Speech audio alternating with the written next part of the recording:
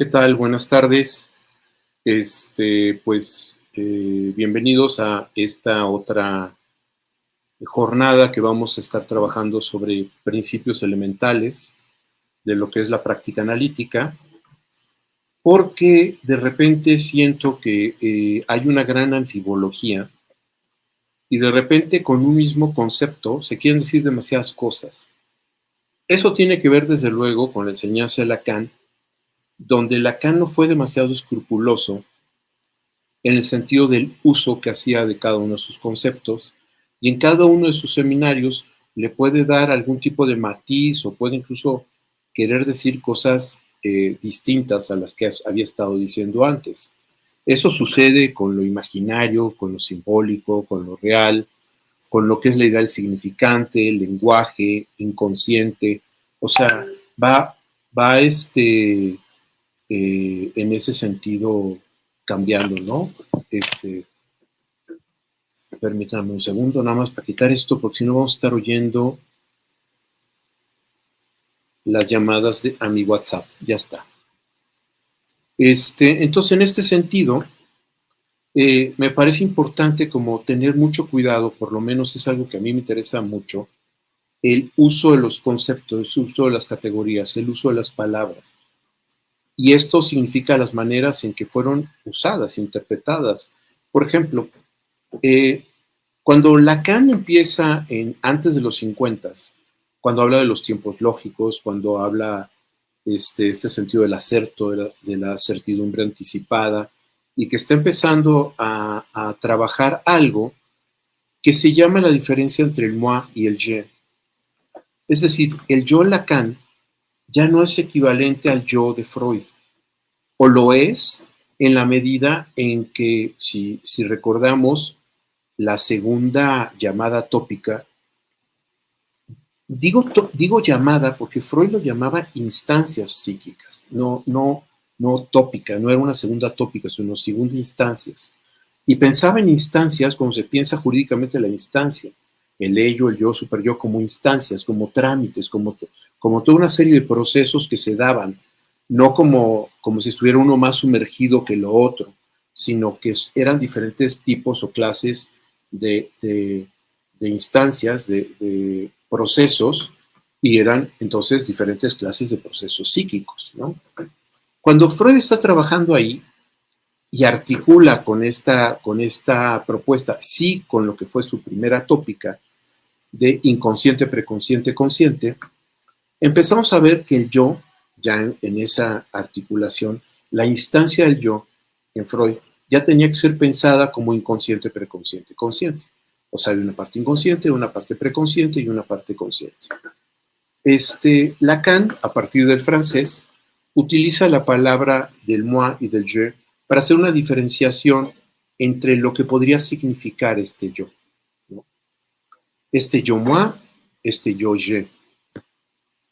Y la idea de Lacan, un poco, y esto me atrevería a que lo podamos, si quieren ustedes en algún otro momento lo haré, articular con cierto seguimiento de Husserl, más que de Heidegger, en el sentido de cómo está esta gente que se propone, que está en el fenómeno, está siendo concernido por las circunstancias, y que eso sería el je. Y el otro, el moi, es esta parte del artificio, esta parte de la manera en que puede aparecer en una fotografía, la manera en que yo me reconozco a mí mismo. Pero el tema de ese mí mismo es este mí mismo que se refleja en la imagen, ¿no? En la imagen del espejo, ese soy yo. Pero cuando estoy del plano del je, en Lacan, lo que está se da cuenta que eso está subsumido en el siendo, en la transitividad, en donde me encuentro. Poco a poco, el je desaparece de la propuesta lacaniana, queda solamente el yo como moi, y el peso específico del je lo empieza a tomar lo que Lacan llamará el sujeto. En la conferencia de Roma, antes del seminario 22, Lacan dice el ego que nos interesa es el je, como claramente lo saben. Entonces ahí lo que está mostrando Lacan es que el epicentro, el ego, para Lacan en ese momento es como el epicentro, desde donde se apuntala la subjetividad. Y él dice, el epicentro está en el yo. En la antropología se hace de alguna forma semejante, en donde cuando se hace una genealogía, se pone ego, que es de dónde parte la genealogía. No es el yo, sino de dónde parte, para que todo se pueda articular a partir de esa cuestión, ¿no? En ese sentido, entonces, entendemos que el trabajo analítico, y aquí, si estamos del lado del moi, digamos, del lado del analista como persona, hablando con el paciente o el analizando o el analizante, digamos, como el consultante que está pagando la sesión, si están en moi, estarán en un artificio ambos, en una cuestión de juego de espejos, en una cuestión en donde no se está apostando a la autenticidad, en donde incluso el yo moi puede desconcertarse de aquello que somos desde el lado del je. O sea, hay una serie de cosas que el moi, en este sentido pensar como freudianamente, como esta dimensión del yo inconsciente, de la que no tiene noticia. Y entonces puede incluso tener una apuesta el moi, decir, a mí no me gusta tal cosa. Y de repente la prueba y dice, qué rico, porque siempre pensé que eso no me gustaba. Porque era una máscara, era un artificio, es esta idea de la personae, máscara, en donde está el moi, ¿no? Y entonces sí necesitamos de esta danza de máscaras, de esta imaginería, de siempre encontrar sentido. Se hizo un estudio en donde de repente, por ejemplo, ciertas cosas que podían ser ambiguas, eran cartas astrales que se lo dieron a 40 personas, y estas 40 personas sintieron que estaba cada uno de ellos retratado en esa carta astral. Lo relevante ahí es que cada uno de ellos, a partir del moi, encontró sentido, y decía, ese soy yo, ¿no? Pero ese yo, en donde es la imagen que está también construida por los ideales, por las fantasías, por el querer ser aquello que mis papás quieren, por el ser el totalmente palacio mexicano, hombre, todo ese tipo de cargas de identidad están del lado del moi. Y sin embargo el ye es esta parte donde el ser siendo es transitivo y se encuentra o no en una serie de cosas. Si está comiendo algo y dice, qué rico, y ahí se encuentra, ¿no? Muchas veces, por ejemplo, cuando estamos en el automático, o sea, en la vida en el automático, y dice, oye, ¿qué comiste ayer? Y uno dice, ¿ayer? Sí, ¿ayer qué día fue? O sea, no, pues ayer fue martes. ¿Qué hice el martes? Porque estaba en moi. No estaba concernido, estaba autando en automático, como en piloto automático. Así es como opera el moi. Entonces, muchas veces hay muchas cosas que hacemos en la vida y que en realidad las hacemos de manera en donde no estamos ahí tocados o concernidos.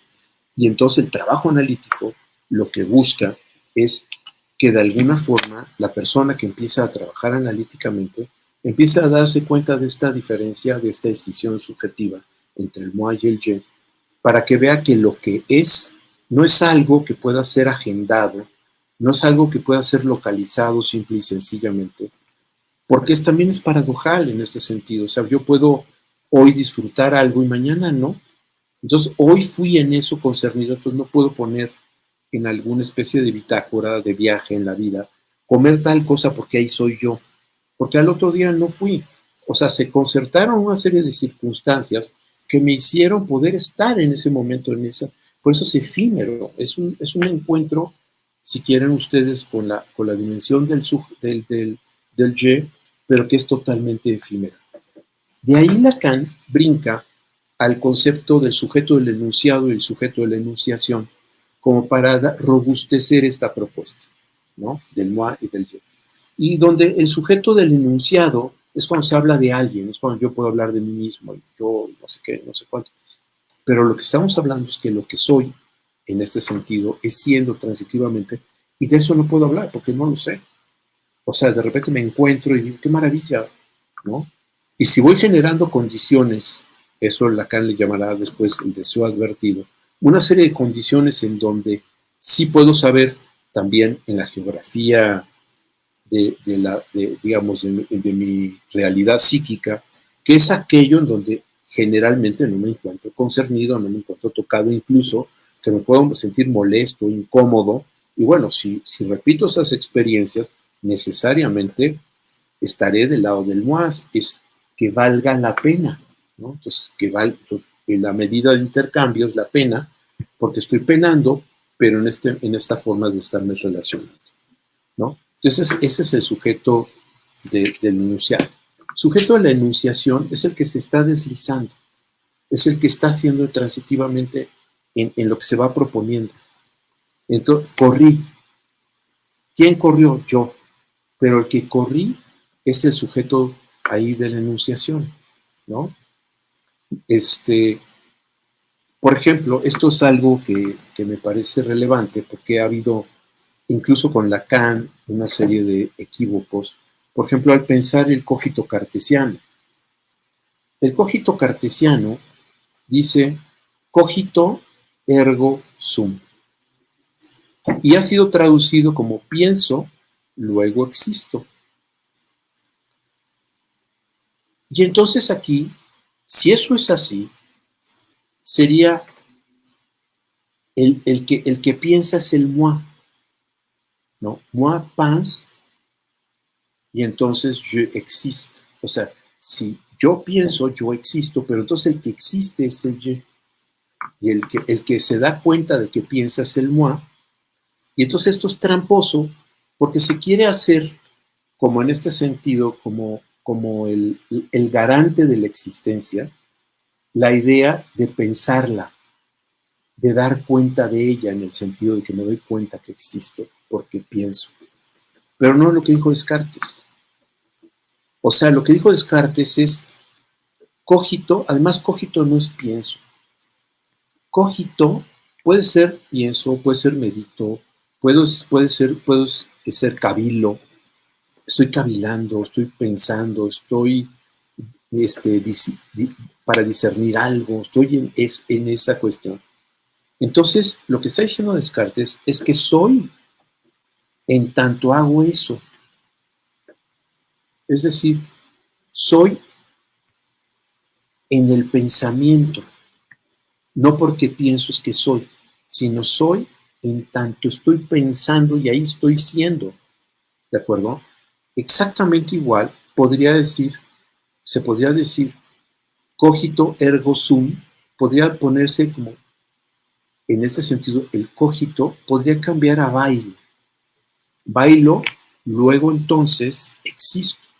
Existo en tanto estoy bailando. No en la actitud reflexiva de la distancia, decir, dado que bailé, es que existí. No, es en el bailando, en la transitividad del bailando, del pensando, que estoy existiendo.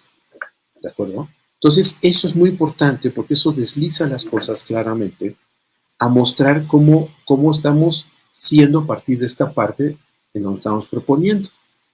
Lacan va caminando en esta dirección y se empieza a dar cuenta de la dificultad de precisar ese je, ¿no? De dar cuenta de ese je. Porque ese je, o sea, si lo pensamos así, es totalmente inefable. O sea, ¿cómo hablamos del je? En donde soy. O sea, yo mismo puedo sorprender mi moi. De repente estoy así con mi moi y de repente me sorprende algo en donde me siento concernido, me siento tocado, me siento maravillado por algo, ¿no? Y entonces Lacan empieza a trabajar esa dimensión y empieza a desarrollar la idea del sujeto. Pero aquí también hay un tema, que es, en español pensamos sujeto y lo hacemos como sinónimo de persona, de individuo. Llegó un sujeto a mi casa, llegó un sujeto a mi consultorio, y entonces el sujeto me dijo, y entonces estoy trasladando el ego de la operación al sujeto, persona, individuo, como sinónimos. Si pensamos en lo que estamos hablando, fíjense qué interesante. Si pensamos en individuo sin divisiones, sentido, todo borrando cualquier tipo de decisión, de cosas así. Estamos hablando del moi. El moi es el que no acepta, es el que quiere verse como con control de todo. No lo tiene, pero quiere pensar que lo tiene. Entonces, por eso es individuo, sin divisiones. Insisto, las tiene, pero no quiere percatarse de eso. Y construye una serie de lo que el propio Freud hablaba con los mecanismos de defensa, que los mecanismos de defensa del yo, lo que defienden es al yo, pero no al sujeto. No, o incluso en este sentido, pueden vulnerar al sujeto, porque lo que construyen es sentido para encontrar esta parte de impedir el desasosiego que puede causar que las cosas no sean como me gustaría pensarlas, como he construido una realidad psíquica y esto es disonante o contrastante con todo eso, entonces prefiero inventar una historia para que quepa. Esos son los mecanismos de defensa del yo, ¿no? Del moi. Pero entonces, ¿qué es el sujeto? Entonces, como lo está proponiendo Lacan, y esto también, nuevamente, el sujeto va haciendo muchas cosas en Lacan a lo largo de su enseñanza. Yo me quedo con la parte en donde el sujeto queda como claramente pensado del lado del sujetado, sujeto al deseo, sujeto a la falta, sujeto al lenguaje, en tanto sujetado a eso, ¿no? Entonces, vemos que esta sujeción, este sujetamiento, nos hace que el sujeto necesariamente no sea libre de poder hacer cualquier cosa, sino solamente puede de alguna forma, puede hacer cosas, incluso del lado del moi, pasando sobre sí mismo y hacer una vida inauténtica, diría Heidegger, del lado del Das Man, y estaría ahí totalmente, y puede morirse sin haberse percatado jamás del Dasein, de una existencia auténtica, propondría Heidegger con sus existenciarios, y Lacan con decir nunca advirtió su plano de sujeto, ¿no? Los síntomas y todo ese tipo de manifestaciones digamos, de compromiso en tanto el fracaso de su forma de habitar el mundo y todo eso, puede pasar por otros lados, si es un problema cerebral y va con el médico y le receta cosas y entonces su vida, que es verdaderamente espantosa, finalmente ni siquiera se percata de ello porque está con pastillas para pues, los antiansiolíticos, antidepresivos, para soportar la existencia del lado del moi, ¿no? Que la ha construido y se está desquebrajando, porque necesariamente el moi no puede ser consistente, porque es un artificio, ¿no? Es totalmente una construcción. En ese sentido, eh, aparece entonces la idea del sujeto como sujetado, y si es así, volvemos otra vez, fíjense qué interesante, entonces, a ver, ¿dónde encontré esas condiciones de sujetamiento, de sujeción? Althusser, Luis Althusser, el filósofo francés, en un libro que aparecía como La filosofía como aparato de la revolución, tenía un apartado que hablaba sobre eh, la filosofía, y aquí estaba hablando del lado de lo que es la construcción de la subjetividad. Y decía que la libertad, decía Althusser, es la de someternos a nuestro propio deseo.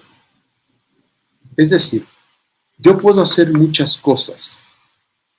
Puedo vender seguros, puedo trabajar como, no sé, como taxista, puedo trabajar de muchas cosas. Puedo hacerlo, sí, sí, claro que puedo hacerlo. Tengo la libertad de hacerlo, sí, pero desde el lado del moi es esa libertad. Desde el lado del je es donde decimos el sujeto está sujetado al deseo. Y entonces, cada cosa que yo haga que no esté concernido mi deseo en ello, pues estoy pasando por encima de mí.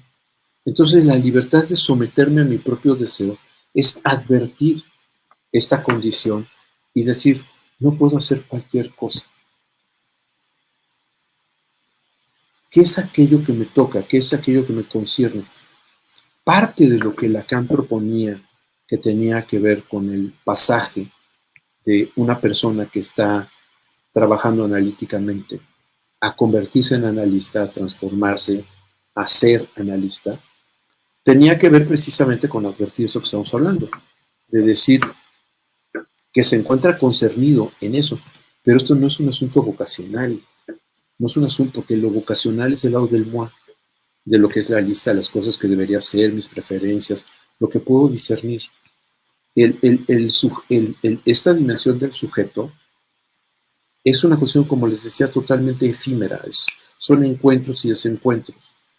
Y solamente puedo estar advirtiendo estas condiciones limítrofes, que es un umbral, no es un límite así, es un umbral amplio, entre lo que es el goce, incluso un umbral que podemos decir un espectro poroso, entre lo que es el goce y el deseo, ¿no? En donde en el goce hay cierto plano de, podríamos pensarlo, en donde no está concernido el deseo. Por lo mismo, en ese sentido de poder construir una vida auténtica y que valga la pena. Entonces hago toda esta serie de cosas porque vale la pena. ¿Sabes qué? Estoy en un momento en mi vida que voy a abrir un paréntesis para resolver, como si la vida tuviera paréntesis. No tiene paréntesis la vida, ¿no? Entonces, estas suspensiones, este tipo de cosas, tienen que ver con lo que estamos hablando, que hablaría de una dimensión de goce y no de deseo. Entonces, aquí entramos precisamente en una condición más o menos de versus, pero como les estaba diciendo, hay un espectro borroso, ¿no?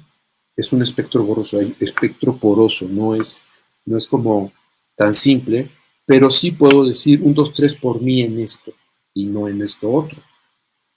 Vamos, ¿sí? O sea, donde sí me siento totalmente concernido y tocado. Entonces la libertad tiene en ir perimetrando todas las cosas en donde nos vamos encontrando. Todo aquello en donde empiezo a tomar noticia de que fui, ¿no? Me encontré en esto, me encontré en esto otro, me doy cuenta que esto me apasiona, ¿no? El patos, esta pasión, esta cuestión que habla precisamente de la dimensión del deseo. Me doy cuenta que esto lo he estado haciendo porque pensé que a mis papás les gustaba, porque quería el aplauso de mi familia, el aplauso social, pero era inauténtico. Entonces, esa serie de cosas va mostrando que el sujeto, entonces, ¿a qué está sujetado?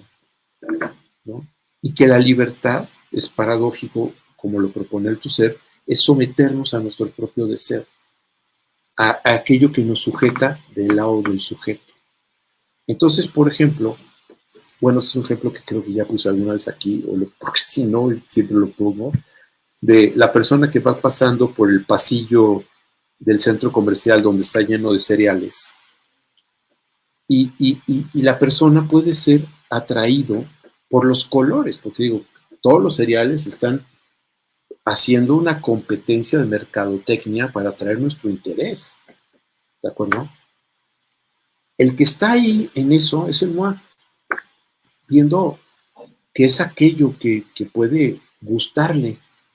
Pero cuando uno está del lado del je, del lado de decir, a mí lo que me gusta, o sea me gustaría que poder indagar por aquí, pero lo que verdaderamente me gusta es tal cosa, tales otras. Y entonces, pues dices esto es lo que me gusta. Me gustaría que me gustara otra cosa, pero esto es lo que me gusta.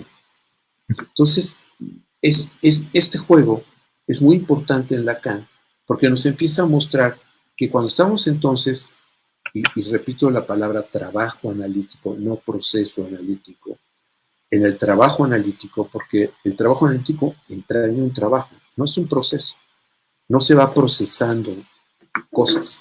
Uno puede descubrir, uno puede interpretar, puede haber de alguna forma una epifanía de temas y demás, y uno va cambiando en la medida que uno le va poniendo el propio Freud llama el trabajo del duelo, ¿no? Y eso se ha deslizado en la psicología, hablar del proceso del duelo, como si fueran estaciones del tren que necesariamente se transita y donde decimos eso se puede ser imaginado del lado del moi, pero ya está muy lleno de contradicciones. O sea, To- cada duelo que va a vivir una persona es distinto porque fue concernido de diferentes maneras con las personas que se murió.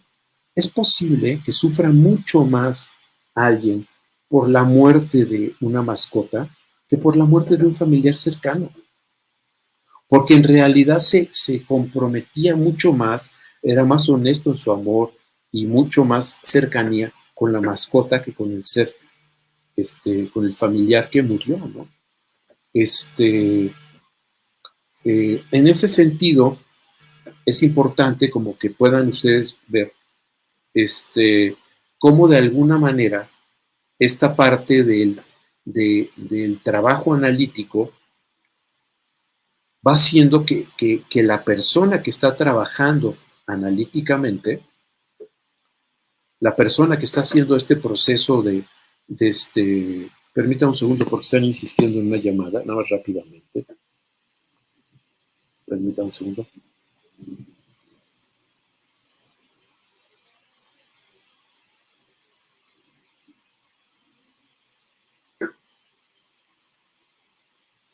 Perdón, ya está.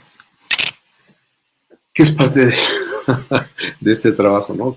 O sea, la gente viene con sus angustias, sus ansiedades y cosas y a veces necesita que uno diga, a ver, sí, vamos a hablar, pero un momento, etcétera, ¿no?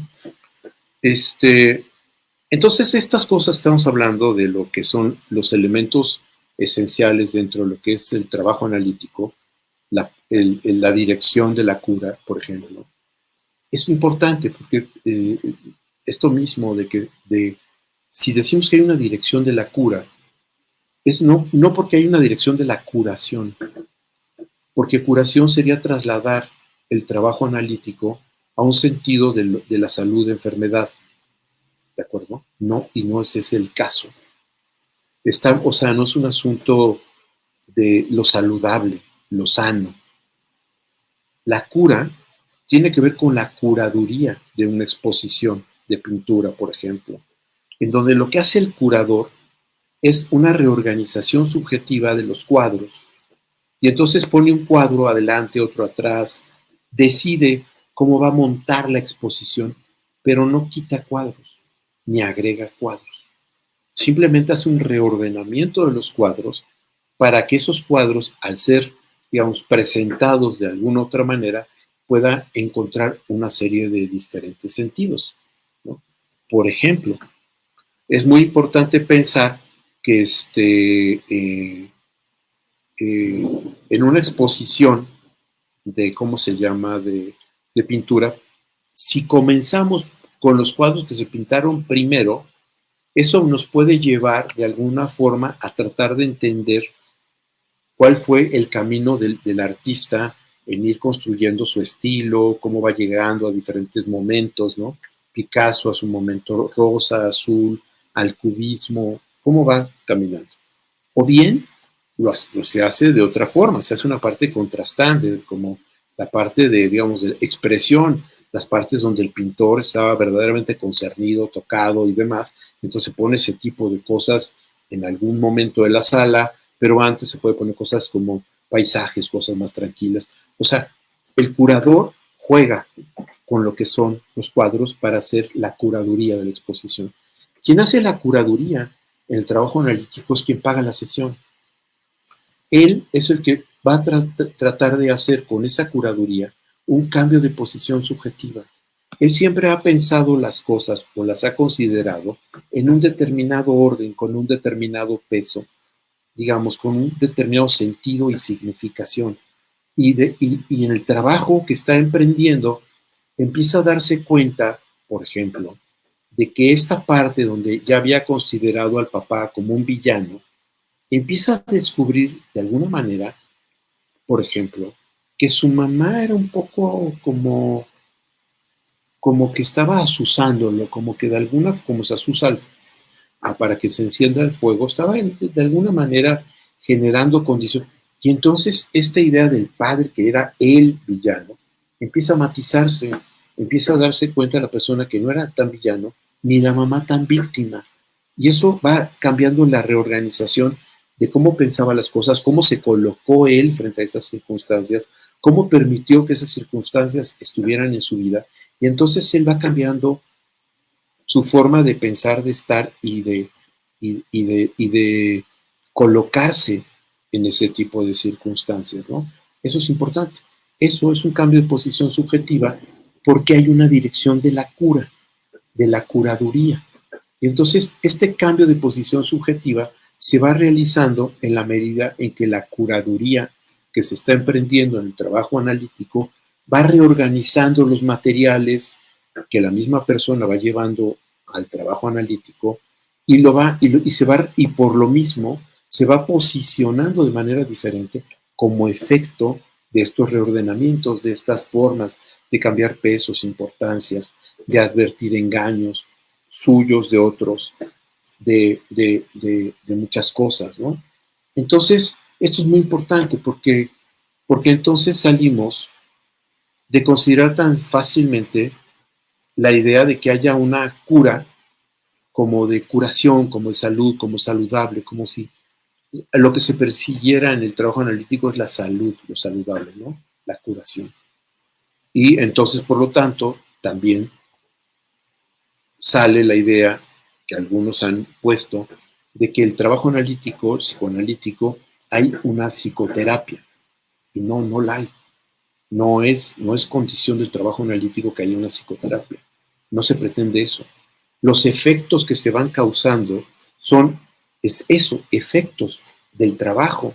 No necesariamente es lo que se está buscando, lo que se está proponiendo o lo que se está queriendo, digamos, como una especie de axiología, como un propósito, una meta, ¿no? Eso va surgiendo en la medida en que uno empieza a reordenar las cosas. Y cuando digo uno, no es el MOA, es el sujeto, porque el mismo sujeto se sorprende de estos reordenamientos.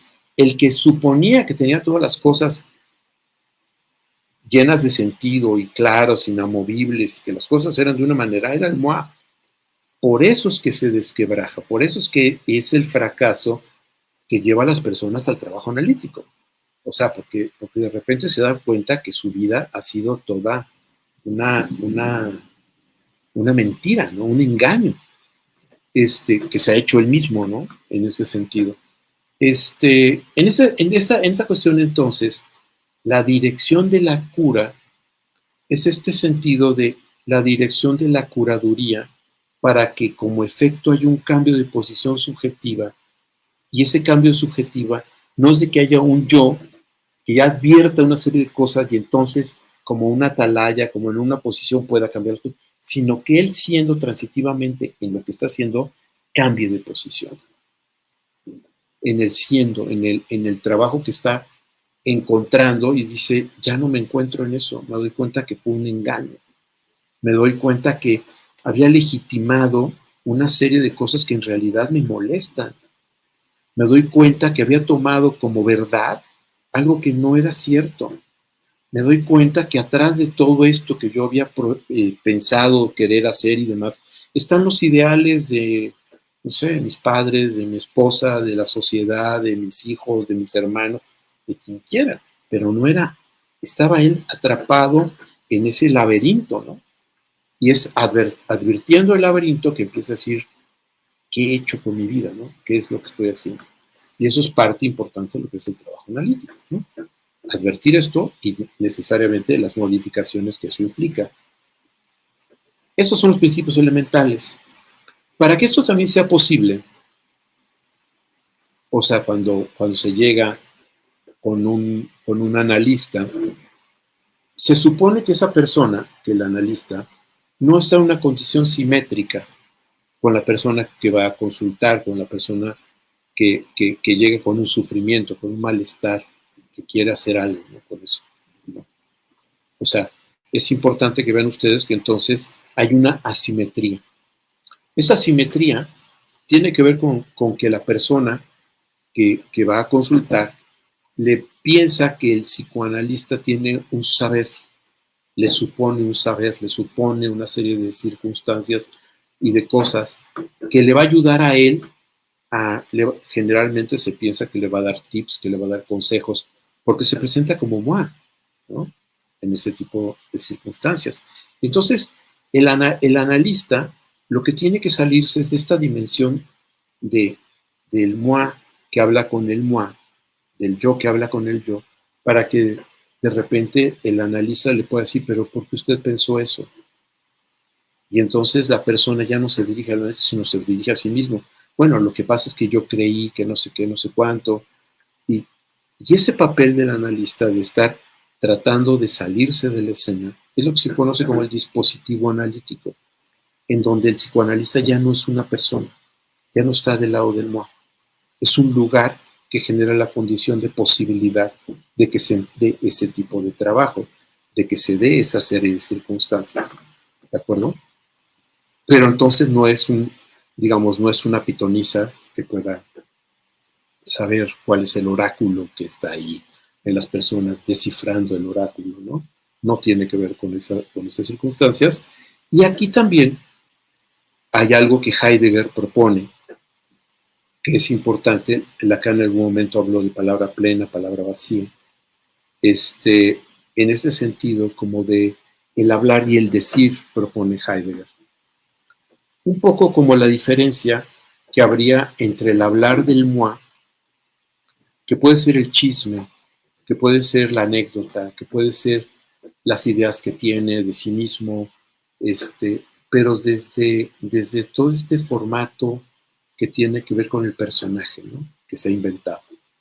Y el decir, que es el cambio del hablar al decir, en el decir lo que propondría Heidegger es un sentido como de poder apalabrar una serie de circunstancias que tienen que ver con sus despliegues como sujeto, sus contradicciones, sus miedos, lo que le sorprende, lo que lo llena de pudor, lo que le avergüenza, ¿no?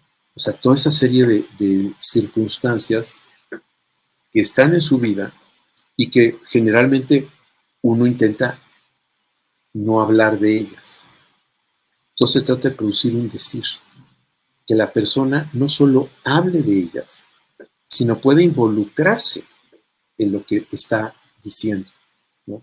Entonces se trata no de hablar, sino de decirse, decir, en ese sentido, decirse y de colocarse frente a lo que está diciendo con un plano, diría Heidegger, de vida auténtica, ¿no?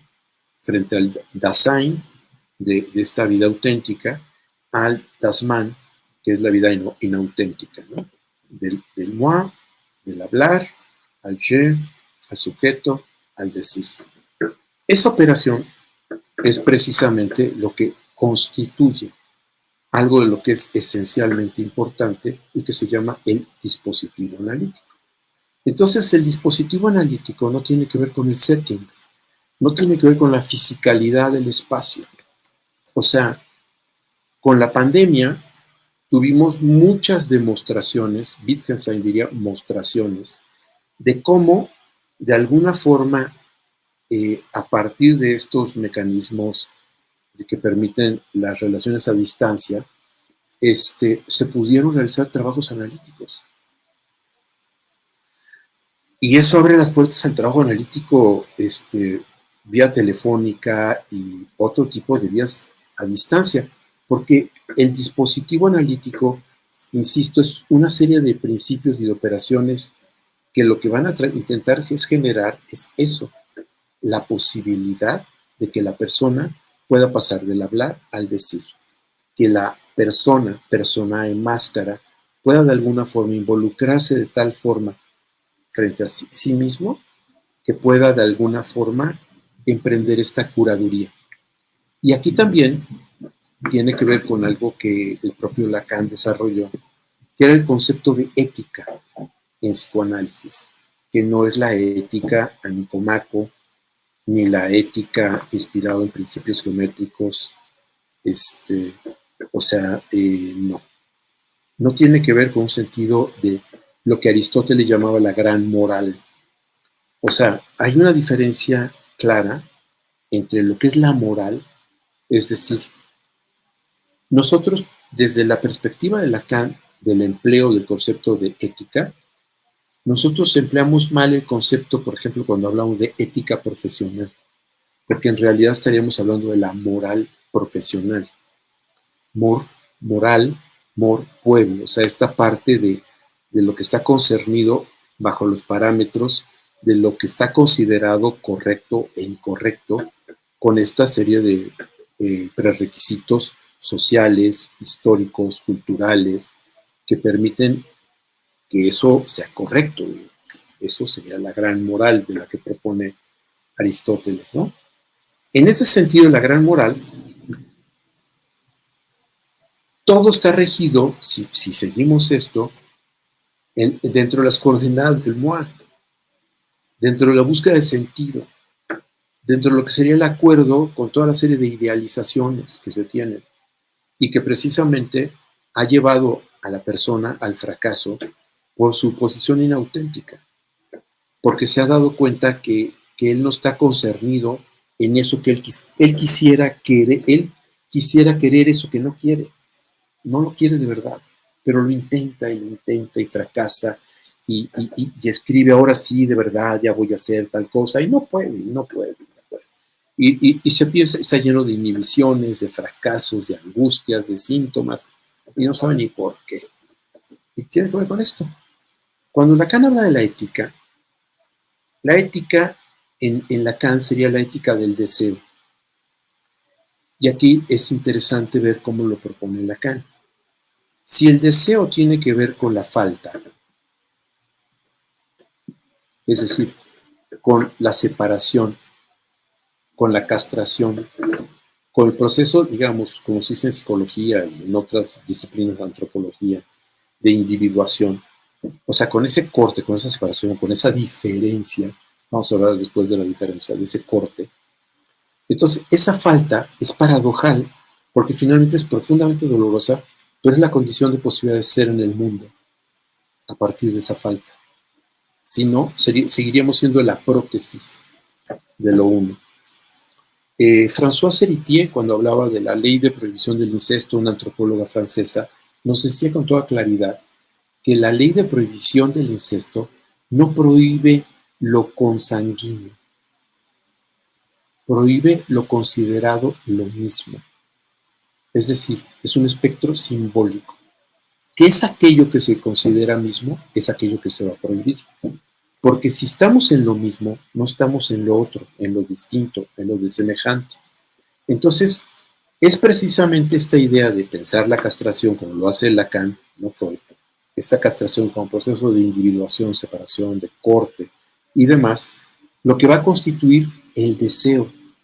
Y el deseo entonces también se rompe en Lacan la relación que tiene que tener con con el anhelo o con el querer, ¿no? El anhelo y el querer serían aspectos mucho más imaginarios, mucho más del lado del moi, mucho más del lado de las idealizaciones, mucho más en ese sentido, ¿no? Los acuerdos sociales. Y el deseo es algo íntimo, es algo donde, como les decía, puede tener este sentido totalmente paradojal, esta parte donde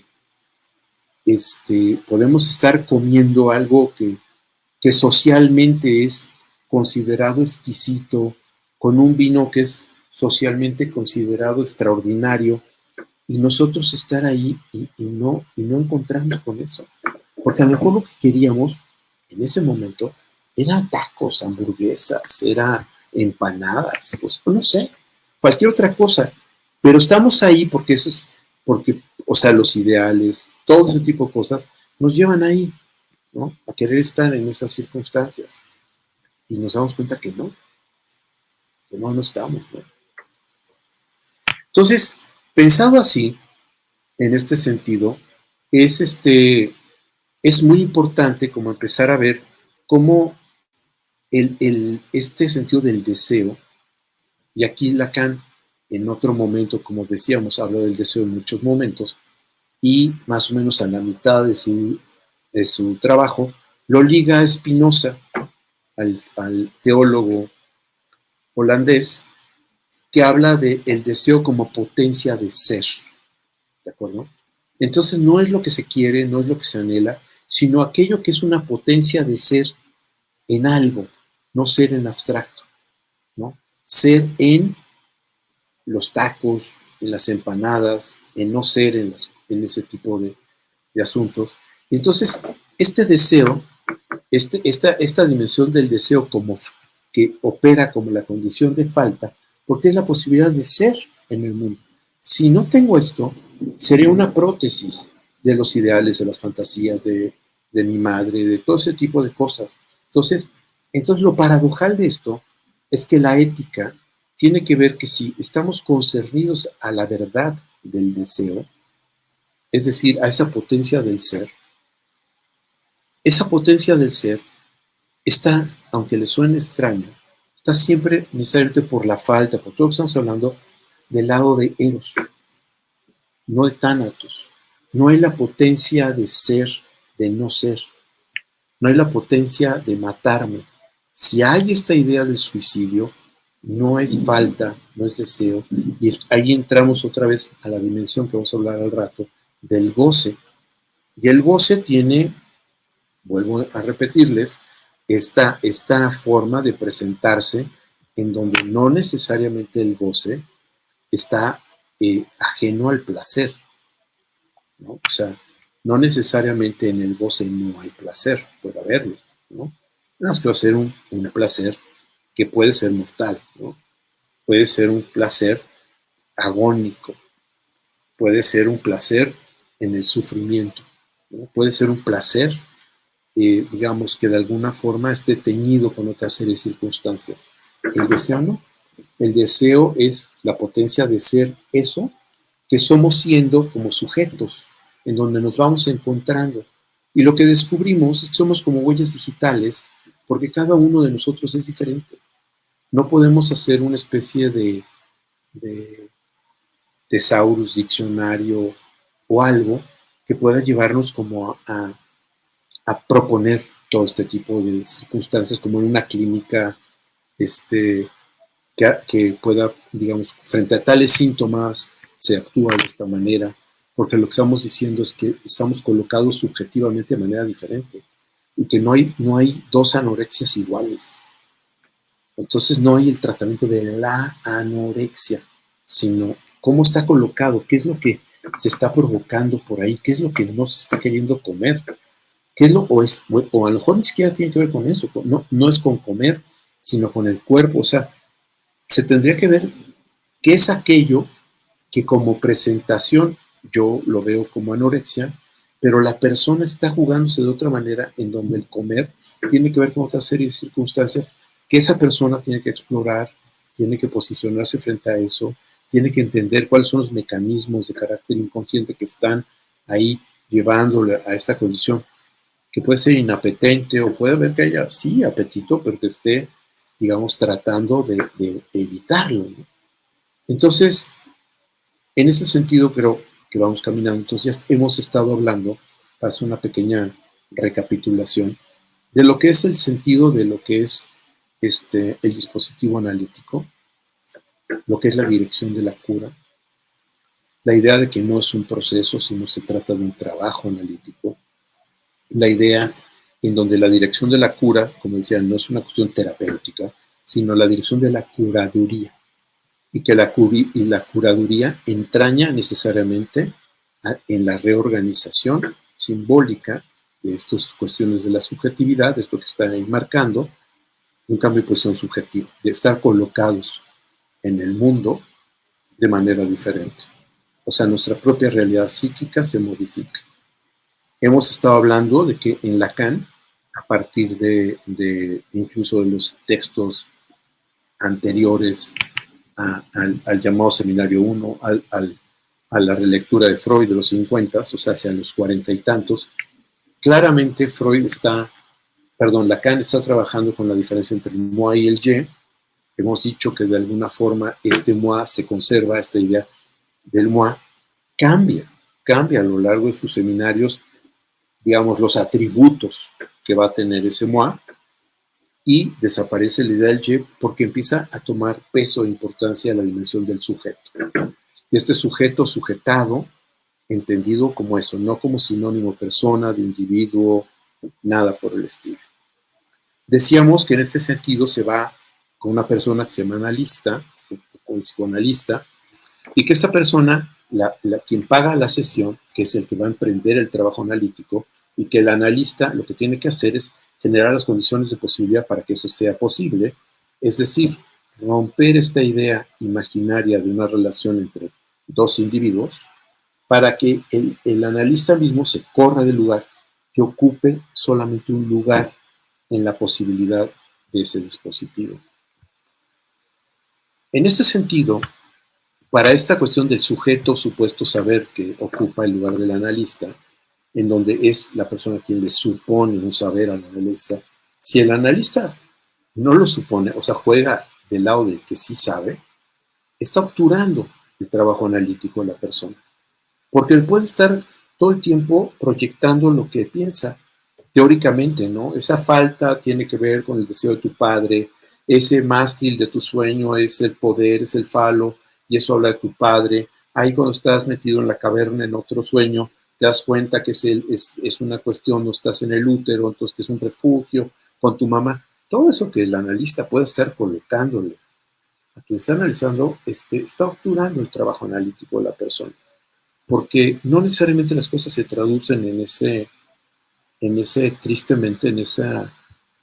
esquemática forma a veces de considerar el sentido de lo que hacen los analistas, como de ser intérpretes, ¿no? No. Bueno, intérpretes ya habíamos hablado antes de que quizá la dimensión del intérprete, sí, lo pensamos del lado de la música, sí, ¿no? Incluso si pensamos, pero no del lado de que está decodificando algo, ¿no? No hay ahí, el analista no tiene esos poderes. O sea, a lo mejor lo supone porque está alienado por su propia propuesta teórica, y entonces lo único que hace es cada vez que le escucha o escucha cosas, está verificando su esquema teórico, y entonces lo encuentra repetido en todos lados, ¿no? Eso es precisamente lo que critica Popper, ¿no? A esas formas de posicionarse en el trabajo analítico, y entonces, pues obviamente, lo que va a estar es siempre encontrando elementos para verificar lo que está en sus ideaciones construidas teóricamente, pero que no tiene que ver con la verdad del deseo de quien está trabajando analíticamente, ¿no? Entonces, si el analista logra de alguna forma renunciar a sus superpoderes, si el analista logra de alguna forma descolocarse de ese lugar de intérprete, como estamos diciendo, como decodificador, y permite que quien esté pagando la sesión haga el trabajo, nos empezamos a dar cuenta que en Freud planteaba que la condición de posibilidad que eso se viera era porque en esta asimetría que hay entre el analista y el consultante o el analizante, es que hay algo que psicoanalíticamente se llama transferencia. Y transferencia es un concepto que es verdaderamente viscoso, tanto en Freud como en Lacan, porque dice demasiadas cosas y se le ha querido incluso agregar más cosas, y entonces ya a veces dice tantas cosas que no dice nada, ¿no? Por ejemplo, o sea, desde el punto de vista de la idea donde la transferencia tiene que ver con este registro de economía psíquica, en donde se transfiere de las imagos parentales en la figura del analista, la pregunta que haríamos cualquier psicoanalista es: no existen relaciones puras. No existe una relación que yo pueda tener con mi mascota pura, con mi mascota. Siempre está intermediada por mi pasado, por transferencias. O sea, pensado la transferencia de esa manera, no existe ningún tipo de vínculo que sea ajeno a la transferencia y a los mecanismos de proyección. O sea, imposible, ¿no? No podríamos estar ahí ajenos a este tipo de mecanismos y procesos. O sea, ¿no? Y del lado de la transferencia, como pensada en Lacan como esta cuestión de amor, sí nos ayuda a entender esta parte de por qué, de alguna forma, aquello que pueda generar el analista como pregunta, pero a ver, ¿qué es la pregunta? Condición necesaria del trabajo analítico. ¿Y usted qué tiene que ver, digamos, en eso que le acontece? ¿No? ¿Usted qué tiene que ver? Porque si es una víctima pasiva de una serie de conspiraciones y de cosas, es difícil emprender un trabajo analítico.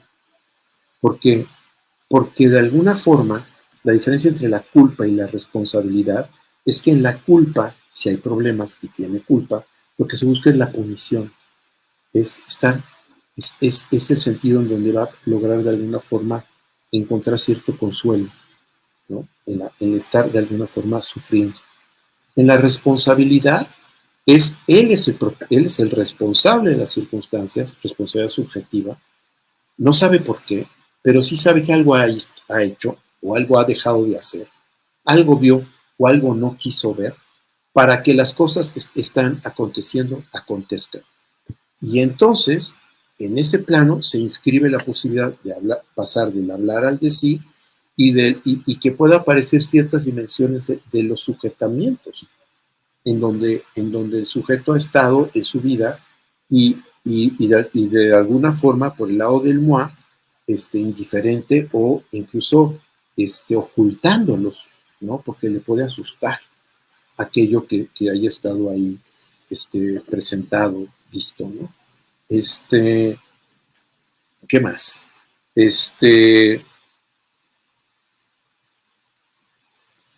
Como ven, todo esto me parece importante porque es muy frecuente que en la enseñanza de Lacan encontremos que dice incluso sobre un mismo tema muchas cosas y no siempre en esas consecuentes. Hay muchas contradicciones.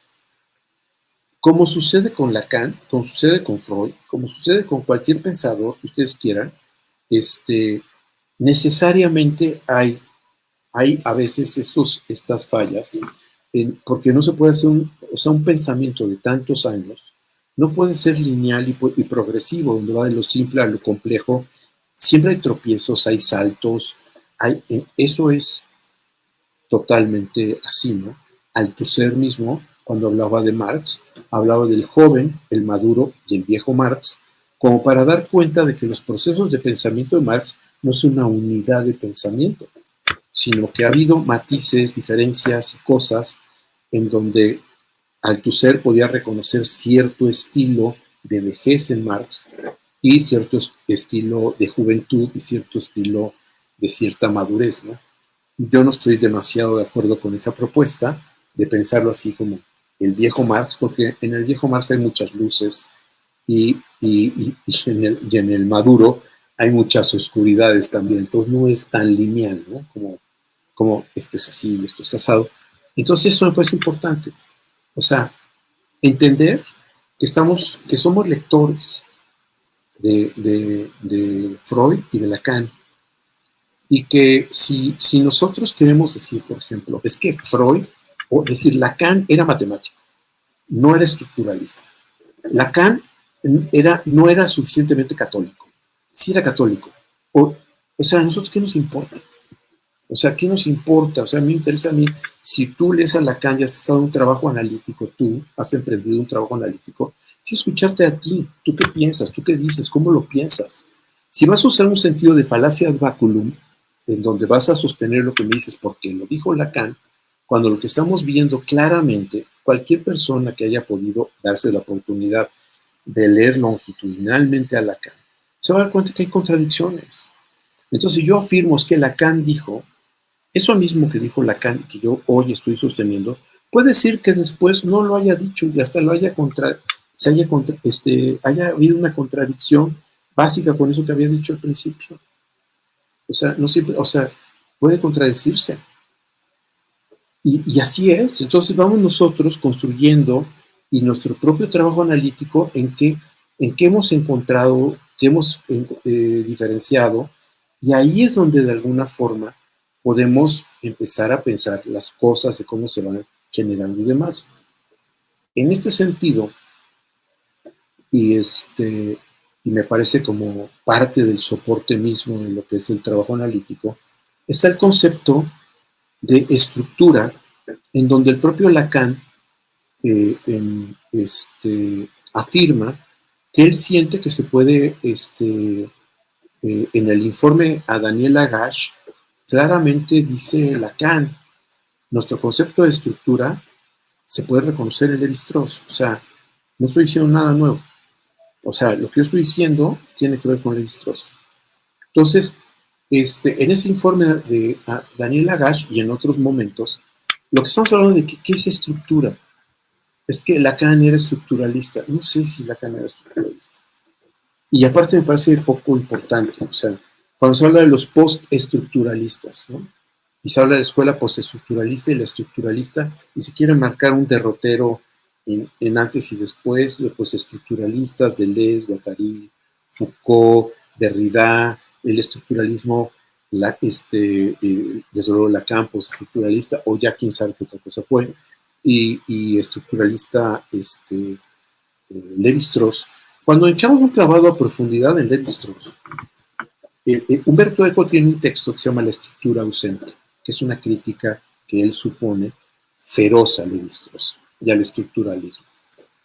Ahí sí, por ejemplo, ahorita que decía que yo no reconocía eso en Marx desde la perspectiva del Althusser, ahí sí yo diría que Umberto Eco es un trabajo muy, muy poco maduro, porque no tiene sinceramente, si ustedes echan un clavado en ese texto, se van a dar cuenta que no tiene suficiente información, no ha leído suficientemente a Lévi-Strauss para normarse un criterio claro de qué es estructura. Y entonces más bien ha leído un par de cosas, es un texto temprano, y entonces lo que ahí está haciendo es una crítica al estructuralismo, pero con franqueza no lo entiende con claridad. Está el texto, ustedes tienen la oportunidad de conseguirlo, La estructura ausente, Umberto Eco. Y decir, bueno, Tapan, ¿estoy de acuerdo? O en desacuerdo contigo. Esto lo he discutido con semiólogos al respecto y bueno, hemos, digamos, coincidido en que el Umberto Eco de ese momento, la información que tenía a partir de Lévi-Strauss y todo este tipo de cosas no era suficiente, ¿no?, para hacer ese tipo de pronunciamientos. Y que el pronunciamiento que hace es pobre, digamos. Pero bueno, ese es otro asunto. Lo que quiero decirles es que el concepto de estructura nace claramente con toda la perspectiva de Ferdinand de Saussure. Cuando Ferdinand de Saussure crea lo que se llama la lingüística estructural, pero la lingüística estructural, piénsenlo, tiene que ver con un principio que ha estado antes de Saussure y que tiene que ver con las dimensiones sincrónicas de la operación de la diacronía. Eso es la estructura. El conjunto de operaciones sincrónicas que operan y actúan sobre la diacronía. El propio Lévi-Strauss propone, para entender de alguna forma esto, la armadura en la música. La armadura, que es donde está la clave, y ponemos ahí los tiempos, 3/4, o sea, cada compás, ¿cuánto va a durar? Y eso está ahí. Y eso va a determinar la ejecución de toda la pieza. Eso está normando toda la pieza. Y entonces, yo no tengo que estar, no se escribe cada vez que se está en un compás, se subsume, eso afecta a los compases. Eso es estructura. Entonces, la estructura no tiene que ver con algo de carácter empírico. No es por ejemplo, la estructura tal, eso que yo veo empíricamente son cosas que veo empíricamente. Pero eso no tiene que ver nada con la cuestión estructural. Eso tiene que ver con elementos, digamos, diacrónicos que pueden ser operados por N circunstancias y que yo puedo pensar, si quiero hacer un sistema como de gnoseología o de diagnosis o de cosas así, a partir de criterios empíricos, pues puedo hacer que vea cosas, y que yo suponga que eso está normado por una serie de principios de carácter estructural. Eso es lo que yo supongo, no necesariamente es así. Entonces, la propuesta cuando Lacan hace su revolución, la revolución del psicoanálisis que empieza a proponer, es porque inscribe la relación que pone Saussure sobre el sentido de diacronía y sincronía. Y entonces, cómo lo sincrónico es lo que de repente, sin darse cuenta, y esto queda además muy claro cuando el propio Lacan dice, el inconsciente está estructurado como un lenguaje, que ya no es el inconsciente donde puede estar el ello, con lo salvaje, lo primitivo, ya no es el inconsciente solo de lo reprimido o lo desplazado de la conciencia por serle insatisfactorio y demás, sino es un conjunto de principios y operaciones e instrucciones que norman la acción simbólica. Ahí está lo inconsciente. Y entonces eso inconsciente deja de ser arbitrario deja de ser irracional, deja de ser una bolsita de cosas displacenteras para convertirse en un conjunto de operaciones y principios y normas a partir de las cuales sincrónicamente estamos en el mundo, realizamos la diacronía. ¿De acuerdo?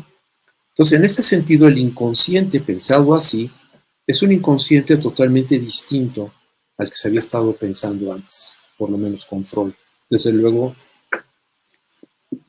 por ejemplo, hay un paralelismo ahí también, en esto que estamos hablando de conjunto de operaciones y normas y demás, que también tienen que ver con Lévi-Strauss y también aparece claramente en el seminario 11 de Lacan cuando empieza a trabajar en la idea del inconsciente como el discurso del otro con mayúsculas, en donde Lacan empieza a advertir como también toda la serie de principios y patrones y cánones culturales operan de manera inconsciente en los individuos, ¿no? Y entonces muchas veces las voces de los padres, los ideales y todo eso, no son más que los ecos de toda esta cuestión social, cultural, generacional, y donde estamos sin quererlo aceptar, normados y dirigidos por esa serie de principios que operan de manera inconsciente, ¿no? Es un inconsciente, diría Freud, descriptivo, o sea, cómo está eso operando, ¿no? Y en ese sentido, entonces, esta idea robustecida en donde lo inconsciente se despliega, fíjense qué interesante, se despliega de esa manera como elemento sincrónico, destruye la idea de lo que puede ser el contenido manifiesto y el contenido latente, porque ya no puede haber un prelenguaje, un protolenguaje, un cuasilenguaje o un lenguaje que pueda ser como digamos, como el manifiesto, el que aparece, y el latente, lo que está abajo de ese lenguaje. O sea, porque ahí es donde lo que se está diciendo es que no hay más allá del lenguaje, no hay un metalenguaje, ni en el psicoanálisis. Entonces, todo es una banda de Moebius, propone Lacan. Lo que está dentro, en el trabajo analítico, aparece fuera y después afuera, adentro, y cuando hago una decisión, está dentro y afuera. O sea, no hay un sentido de matruscas en donde lo inconsciente esté ocultado y metido por otra serie de cosas. No, son estos conjuntos de operaciones sincrónicas. De ahí viene el concepto de estructura. Entonces, decir que Lacan es estructuralista, híjoles, no lo sé. O sea, decir que Lévi-Strauss es estructuralista, híjoles, tampoco sé si puedo decir que para Lévi-Strauss en la palabra de ser estructuralista es el padre del estructuralismo, sí, sin duda. Toda la propuesta de Lévi-Strauss es como una maquinaria perfecta que encaja todos los engranes en una enorme propuesta estructuralista. No, el propio, Lévi-Strauss, su propuesta de lingüística y demás era Chomsky, no era Saussure. Entonces, cómo lo está construyendo Lévi-Strauss? Échense un clavado a Lévi-Strauss para entender cómo lo está pensando, pero no es una continuidad del pensamiento de Saussure. Lo toma para entender estos mecanismos, para entender a los mitos, para entender toda una serie de principios en donde eso que aparece como caótico, eso que aparece como desordenado, a partir de estos principios y de estos criterios se puede empezar a encontrar las normas, los principios que de alguna forma le dan rigor a la propuesta teórica que estaba construyendo en ese momento Lévi-Strauss. Híjoles, aquí siempre se me olvida el tema del chat. Creo que no tengo comentarios en el chat. Entonces, pues entonces si no hay comentarios, dudas, pues continuaré, ¿no? Clic en comentarios. Ay, perdón. Ah, ya aparecieron los comentarios. Gracias, Manuel. ¡Wow! Hay un chorro. Dice,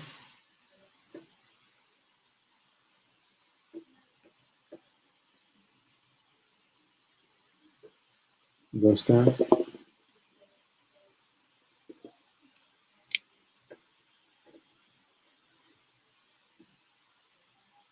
Sí, estoy... Exacto, esta parte de que dice Lisa te dice, en tanto estoy pensando es que estoy siendo, en tanto estoy bailando es que estoy siendo. No es como la constatación de que existo porque pienso, ¿no? Dice, y dice el moi, tiene que ver más con la necesidad o con el deseo. No, esto es importante, que qué bueno que haces esa pregunta.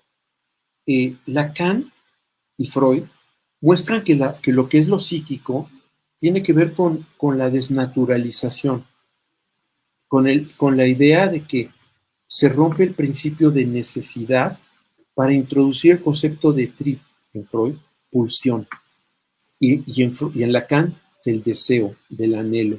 Es decir, la necesidad queda totalmente, si quieres tú, domeñada, transportada, construida, apoderada por la dimensión simbólica, y puede ser que tú estés suponiendo que necesitas cosas que en realidad deseas o quieres o anhelas, o incluso que digas, yo necesito comer tal cosa cuando no la necesitas, supones que la necesitas, pero no, te puedes morir de una huelga de hambre cuando había la necesidad fisiológica de alimento y no lo hiciste, te avientas de un avión cuando está claramente en riesgo, pero te interesa el paracaidismo y esa adrenalina te permite ponerte en riesgo. Entonces, digamos, aquí es efectivamente la discontinuidad que propone el psicoanálisis es con la idea de la necesidad.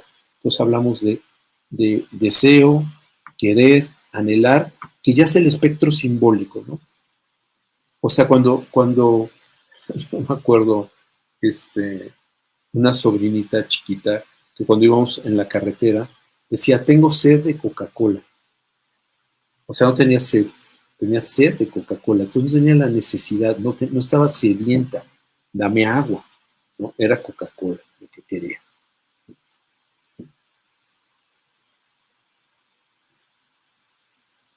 El umbral que se abre es entre goce y deseo. Decíamos que el goce en Lacan empieza a construirlo a partir, por ejemplo, de lo que se conoce como las experiencias místicas. Santa Teresa es un buen ejemplo.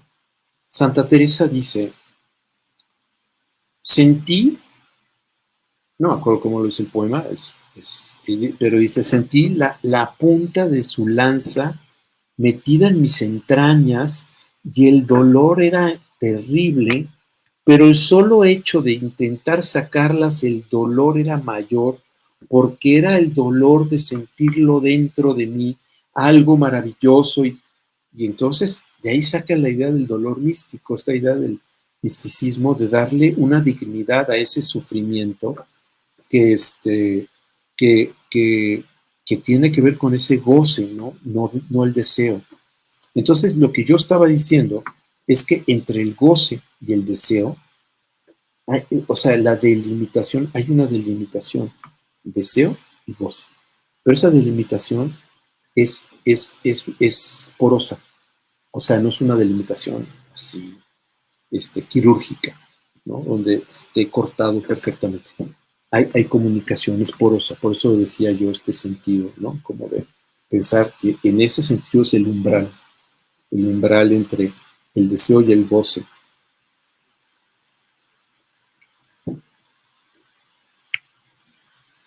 Muchas gracias, Viviana. Sí, o sea, estamos hablando que se trata de emprender un trabajo analítico y que eso es a lo que va uno, ¿no? Por eso por eso es esto, ¿no? Y es la ética de la verdad del deseo, en el sentido sí, la ética del deseo.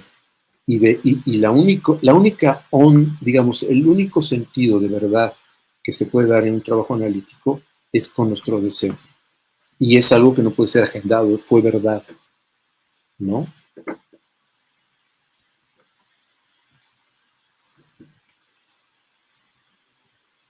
Dice, ¿cuál sería?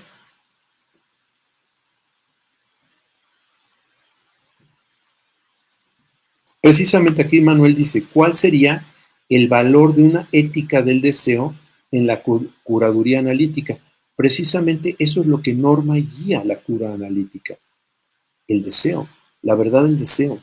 ¿Qué es lo que está, no que quisiera yo que estuviera adelante, qué es lo que está adelante, qué es lo que es importante, no qué es lo que yo quisiera que fuera importante, lo que es importante, lo que me concierne íntimamente, qué es aquello, eso, y eso es lo que va ordenando la cura analítica. ¿Cómo lo voy ordenando todo eso? Porque del lado del moi, del lado del das man, del lado del sujeto del enunciado, es donde de alguna forma nos hemos construido una serie de falacias del personaje que somos.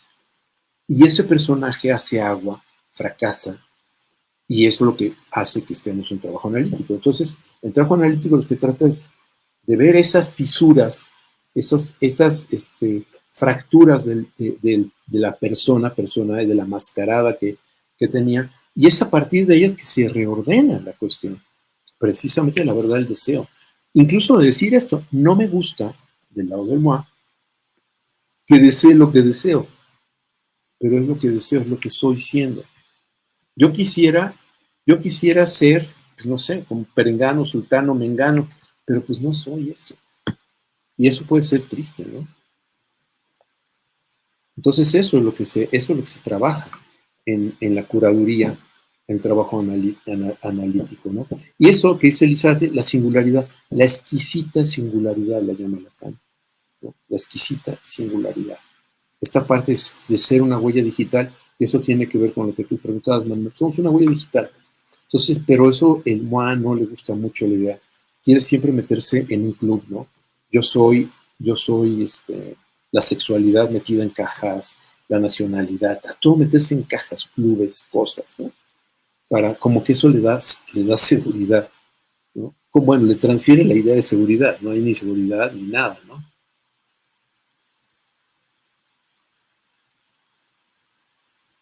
Exactamente. Esta parte de soy, o sea, yo soy lo que quizá todavía no soy. Yo soy y lo que entonces genero las condiciones, posibilidades del ser siendo transitivamente para encontrarme. Por eso sí soy donde no pienso. Ya pensado desde Lacan. Si lo estamos pensando del lado del moi, si yo pienso como elemento para tener certeza de mi existencia, entonces lo que hay que sacar es ese pensamiento que es como la condición de posibilidad de que haya un acuse de recibo de dado que pensé, tengo un registro en mi existencia. Entonces, si lo estoy pensando así, entonces soy donde no pienso, donde soy moi, donde cogito, es donde soy, ¿no?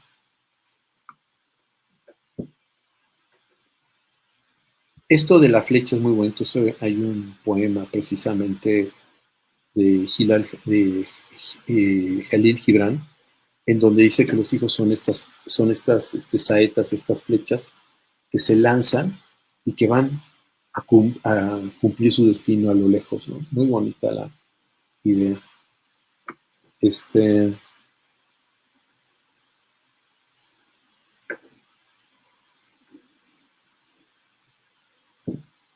La moral obtura la ética, sí, porque de alguna forma nos quedamos con esa idea de coordenadas, de precisiones y todo eso, ¿no? Y eso, lo dice Elizalde también, no es lineal, no es un sentido de causa-efecto, no es esto que estamos hablando, por ejemplo, inconsciente, como una lógica que opera normando la acción simbólica y demás, no es lineal, no es ilogística, no es esta idea aristotélica, ¿no? De pensarlo así, ¿no?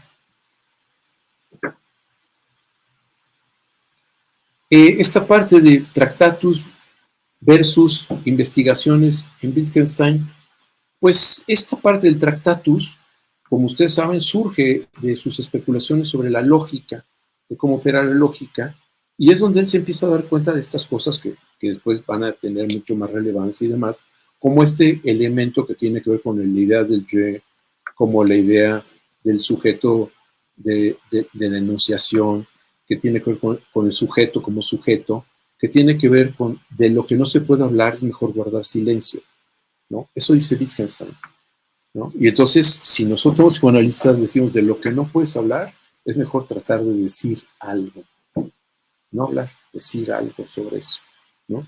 Si no estaríamos siguiendo como un canon ahí místico, ¿no? De lo que no se puede hablar, mejor guardar silencio. En trabajo analítico es decir, de eso no puedes hablar, sí. Trata de decir algo. Hablar no, porque es blandir espadas, pero sí decir algo.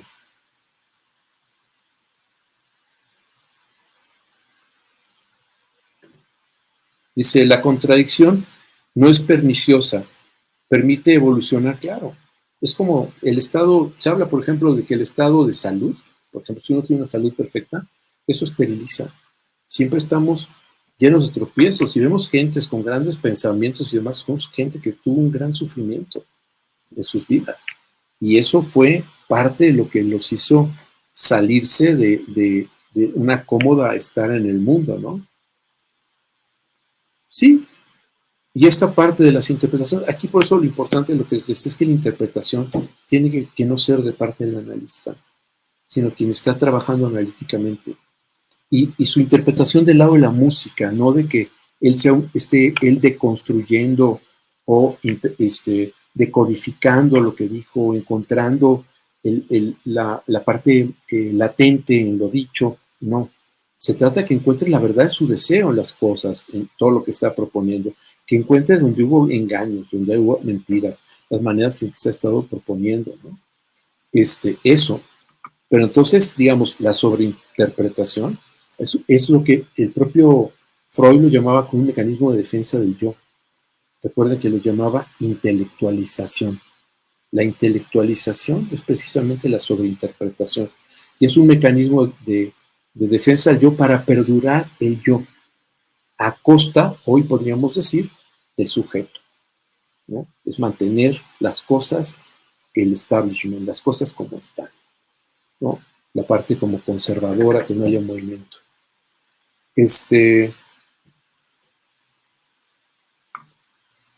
¿Cuál es nuestra tarea en el trabajo analítico? Me pregunta Emanuel.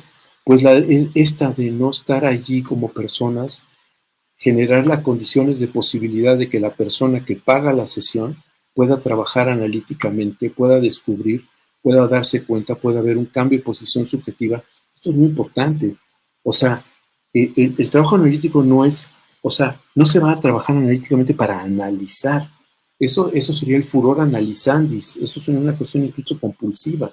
Eso pues es un mecanismo de defensa, la intelectualización llamada análisis.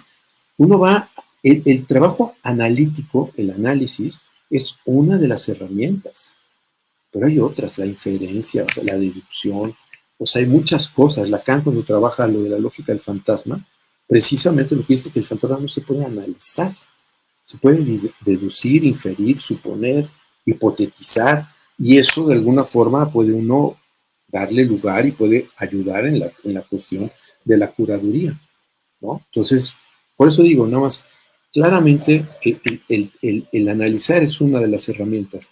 Entonces, lo que hace un analista es simple y sencillamente generar un dispositivo que permita a la persona que pueda trabajar analíticamente para poder de alguna forma generar cierto posicionamiento subjetivo en donde toda la serie de maneras en que él había estado pueda él ver, pueda de alguna forma visibilizarlas, ¿no?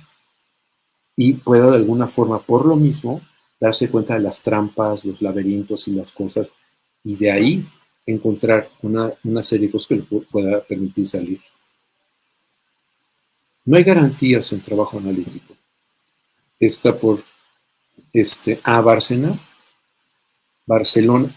de Barcelona, dice, ¿dónde quedaría el concepto de garantías?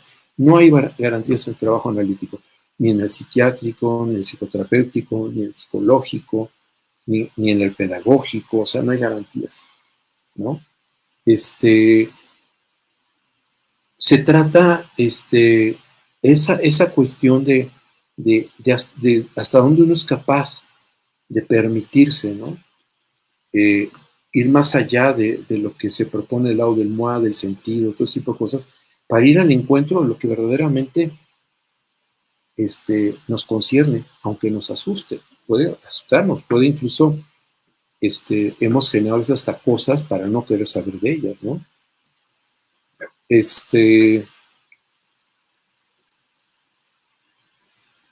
En la escucha analítica, precisamente, es una escucha, eso es muy interesante porque es algo que quizá no hablé de ello, y es importante que no es una escucha,